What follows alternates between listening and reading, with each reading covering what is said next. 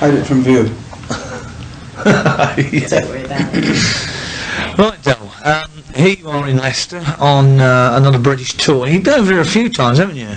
Yeah, I've been over here. I was here 83, right in the same hotel, rehearsing across the street. I remember that for a tour I did. And I've been here maybe, 20-some times. What do you think of the British audiences? Oh, I love them. I've always loved them. They've always been very good to me, really. Now, tonight, of course, you're doing, you will be doing your early hits again, all over again. Do you feel as though you'd like to break away from that and get onto something, a bit different? I don't think I'd ever break away from that. That's part of me. It's part of my musical, whatever you want to call it. So, like I'm with Warner Brothers down in Nashville now, and even if I went on tour and I had a lot of hits in country, I'd still do some hits of the past, I believe. A lot of people grew up with that kind of music anyway, that like country music now. So I would never get away from it, I don't think. No. You co-wrote most of your hits. How did you go about it? What was the influence behind writing things like Runaway and so on? Was it something that you came up with in the bath, or how did it happen? I think it just comes into my subconscious, like I always wanted to run away from the town I lived in. I know that. But if you listen to the song, it doesn't say that at all. It talks about a girl running away. But in my heart, I think I wanted to run away. I never liked that town. I think every kid wants to get out of wherever he is and experiment and find other different cities and stuff. Because once you're in a small town like I grew up in, you're sort of branded there. I mean, they got a factory and you go there to work and that's it. And most of the people there have been there for years, and they're friends and that's it. And your tradition is that you don't play guitars, only as a hobby, and you go to work. I didn't do that. I just stuck with my guitar. There was only 2 guitar players in the whole town. The other guitar player quit, and he went doing his thing. Did you find it difficult getting away from there? I mean, you must have been gritting your teeth and saying, I will get out of this place and I will get on. That's did right. you envisage getting this far? Well, I had some dreams, I guess. Dreams, I didn't know if they'd come true or not, but I told them I was going to be in the movies. And they all just laugh at me. I was only about 14, picking strawberries, I remember that. I'll be in the movies. They laugh at me, and all the more reason for them to poke fun at me, because I was kind of a rebel in that town anyway. What about when you went back there for the very first time after being successful? How did you feel then? Well, they had a big day for me. They had a parade, and and I went through and waved to all those people who thought I was a bum and lazy. I waved to them. Then I had another one here last year, I think it was. I did a parade for them. It was a better parade, this last one, because I've gotten rid of the resentments I had for those people. They were just normal people. That's how they grew up, and I just didn't see things the way they did. What was it that gave you the idea and the attitude of getting out of there? Were you listening to other people's music and thinking, I want to be a rock and roll singer, a pop singer? Were you watching films and saying, I want to be in the movies? Yeah, there was no rock and roll to listen to when I was a kid, when I was 15, 16 growing up. There was no rock music about. So I was listening to country music. Hank Williams, Carl Smith, Letty Frizzell. Those are my heroes. I still love their kind of music. I still do. That's authentic country music, is what I call it. Yeah, you've got a leaning towards country music, and even in your so-called pop music. Mm-hmm. Is that now where you want to go into country more? Or do you want to become known as a great country artist now? Because it's not too late, really, is it?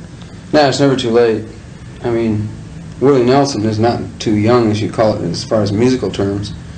But as far as being great, no, I don't want to be really great. I don't care about that. I just, whatever comes down. If this next record I have is successful, that'll be nice. And if it isn't, I don't know if I'll pursue it anymore. I really don't know. I'll just have to wait for that to happen. If the Warner Brothers, because it's a whole big thing, becoming an artist again and doing all this stuff. I'm an artist now and I work enough as it is. Now to have another career going, and I lost my wife after all these years, and I don't know, the next girlfriend I have, I don't think I want to lose her and go through. I want a whole new thing now. I've done my music. Yet there is something in my heart that really will not turn it down. It's like if the door opens up, I'll say, here I am again. I can't turn it down. It's in my heart. I can't. But if it's not there for me on this trip out, because it's a lot more than just your music. Yeah, a whole lot more. There's sitting on those airplanes, and there's doing all these gigs and buses, and there's doing all, which is great for a while, but then it becomes, what is this? Here I am in the back of a bus. What's life all about? You know, where's my feelings for love? Where's, you know. It takes an awful lot of a woman to be married to an entertainer, doesn't it? Yes, it really does. And yet, I think it can be very well done if you give them the time that they deserve. When you love someone, you give them time. If you don't give them time, you're not really loving them at all. You're just selfish. And that's a hard thing for me to say, but it's true. And it's something I have to work on. And I'm working on it, and I'm finding I feel better about myself doing that. With the girlfriend I have now, my wife left after many, many years of being married to me. And she just wanted to find out her identity, because it was always been me. And that's in America, that's how we're taught. You bring the woman money, you bring her a home, and she takes care of the kids, and when they grow up, her job's gone. So I really understand that. I don't sit here and say, well, that woman left me, you know, because it's beautiful that she'd had the courage to do that at her age. And that'll only make me grow more. I'll go out and find something. We ain't talking much about music. No, that's but we are. Doesn't matter. We are, because it's all part and parcel of it. I mean, I can imagine you as being a young chap growing up wanted to get out of that town. I had the same in the village, you know, and I've gone back to where I'm fairly successful in my own right around here, you know. So I imagine what it must have been like. I mean, I've not achieved the success you have. But I mean, part and parcel of being, shall we say, a nationally known, internationally known artist is the touring, the late nights, the sleeping in late and so on, which can't be very good for your health. How do you manage to cope with all that and keep your health and be nice to people, in fact? Well, that's another thing I have stopped drinking 8 years ago, nearly 8 years ago. I quit drinking and smoking and carrying on, and no more parties much. If I go to a party, I'll stay a half hour and I go to bed. Last night I didn't go to no party. They had a little party. And the parties are nice, you know, you get to talk to people. I used to think going to parties everybody got drunk like me. But I quit drinking, and I find that people just have nice parties and have a couple of drinks. But myself, how I take care of myself, as you just caught me going out, I was going on my run. Now if it's too cold to run outside, which it is now, run in the halls. Run for 20, 25 minutes a day.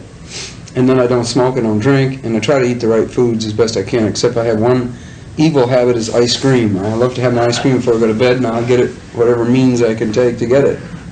Another habit I probably have to break someday. It's really nice to see you back in England and still going strong. It is amazing that, I mean, we get every now and again things on television which feature you and the other artists of the period, and there you are singing along, and here you are again in England, 1985, you know, we're talking 25 years on, it's still happening.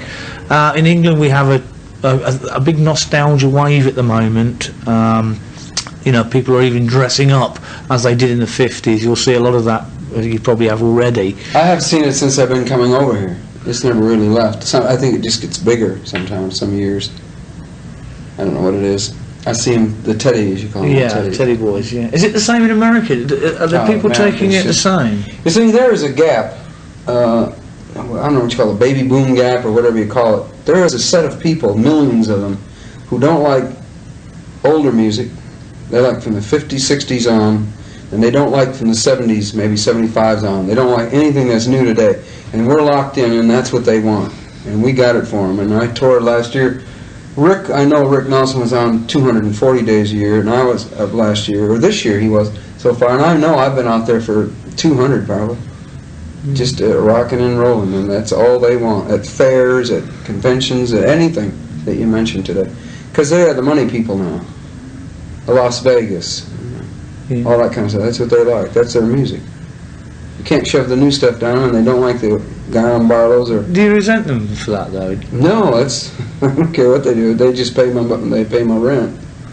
I don't resent them at all. I don't resent really anybody, whatever they want to believe in. Because Rick had a bit of a hang-up once about this, didn't he? About he could not do anything new because every time he went anywhere, they had to do the old songs. I mean, do you find that as well? Well, yeah, but I accept it. That's the difference. I think he accepts it today. I don't know. I don't speak for Rick Nelson. I mean, I never would, and I never will speak for Rick. No. But I think we all get those feelings of, you know, I want to do my own thing. Well, if I want to do my own thing, then call my agent and tell me, look, I don't want to book any more concerts. I just want to book over here in Sam's bar or Sam Jones's place and do my original stuff where they expect that. They're going to pay the money to hear my new stuff. Yeah. And they won't even care to hear your old stuff. There are places. How long is it going to go on? Have you said to yourself, there comes a time I must stop, I must... Every January comes along. I say, well, God, I'm glad January's here and I have to work. And then all of a sudden, you don't work. And then you start thinking, come on, is it over? Is this it? And then February, March, it starts coming in and you're doing the same thing again. I think it'll go on as long as there's people in that age bracket. You will never take it away from them. It's nice to talk